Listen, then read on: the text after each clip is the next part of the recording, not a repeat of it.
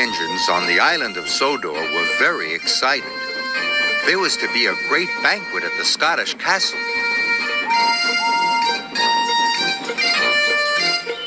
Henry loved going to the Scottish castle because on the way he puffed past his favorite tree. The tall pine tree towered above the rest of the forest. Henry always stopped to look at it. Seeing the tall pine tree standing tall and proud made Henry very happy.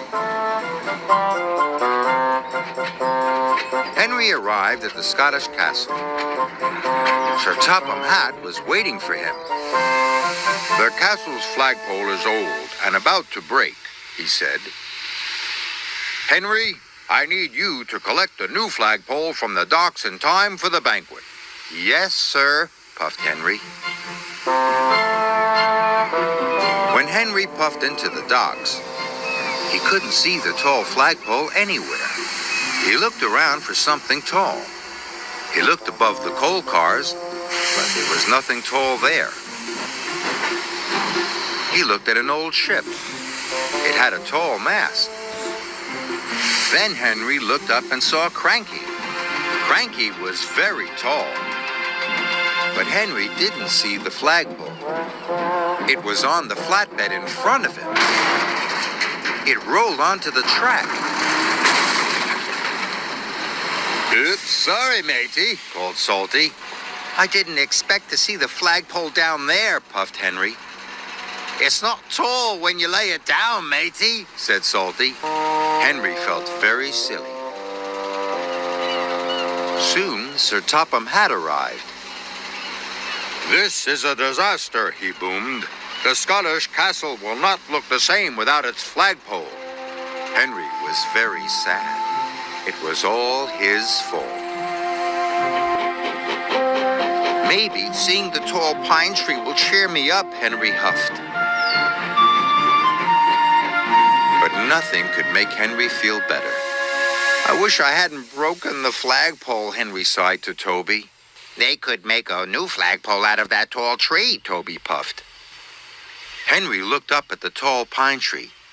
He didn't want it to be made into a flagpole. The next morning, Henry had to take some workmen to the forest. But the workmen were carrying axes and saws. "Oh no," moaned Henry. "They must be going to cut down the tall pine tree." Henry puffed through the countryside. "Must save the tree, must save the tree," he puffed. Then Henry had an idea. He didn't take the workmen to the forest. He went to look for a new flagpole. Henry saw some children waving flags, but those flags were much too tiny to have flagpoles. There was a flagpole holding up a windsock at the airfield, but that flagpole was much too short. There was a tall flagpole on the beach, but it wasn't tall enough. "Bother," wheezed Henry sadly. "None of the flagpoles is as tall as the pine tree. Now I'll never save it."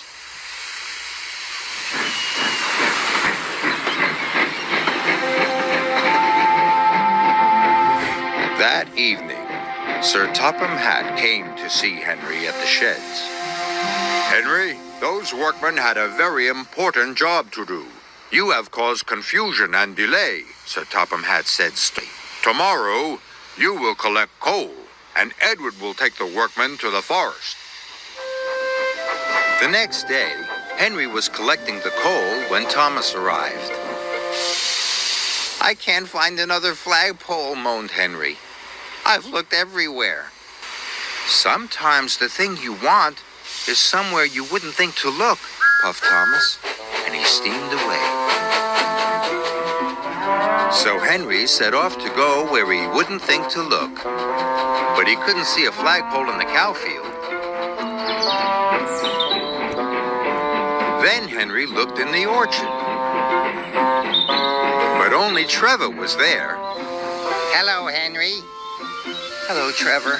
You're very nice, puffed Henry, but you wouldn't make a very good flagpole. Henry puffed sadly into the docks. Some vacationers were taking pictures of the old ship. Henry looked up at the tall mast. "What about the ship's mast?" asked Henry. "It's to be chopped up and used for firewood, me hearty," said Salty. "But it will be perfect for the castle flagpole," Henry chuffed. "Then you best take it quickly, matey," said Salty. Cranky soon lowered the mast onto the flatbed. And Henry raced off to the forest. He had to get to the tree before they cut it down. When Henry pulled into the forest, the tall pine tree was still there, and so was Sir Topham Hatt. "Please don't cut down the tall pine tree, sir," chuffed Henry. "I think this ship's mast would make a very good flagpole." "I would never cut the tall pine tree down," said Sir Topham Hatt. "The workmen are only here to collect some firewood. We always have a roaring fire at the Scottish Castle banquet." Henry was so happy it made his axles tingle. That night, the flag was hoisted on the old ship's mast. It looked wonderful. Henry thought it was the nicest thing he had ever seen. Except for the tall pine tree.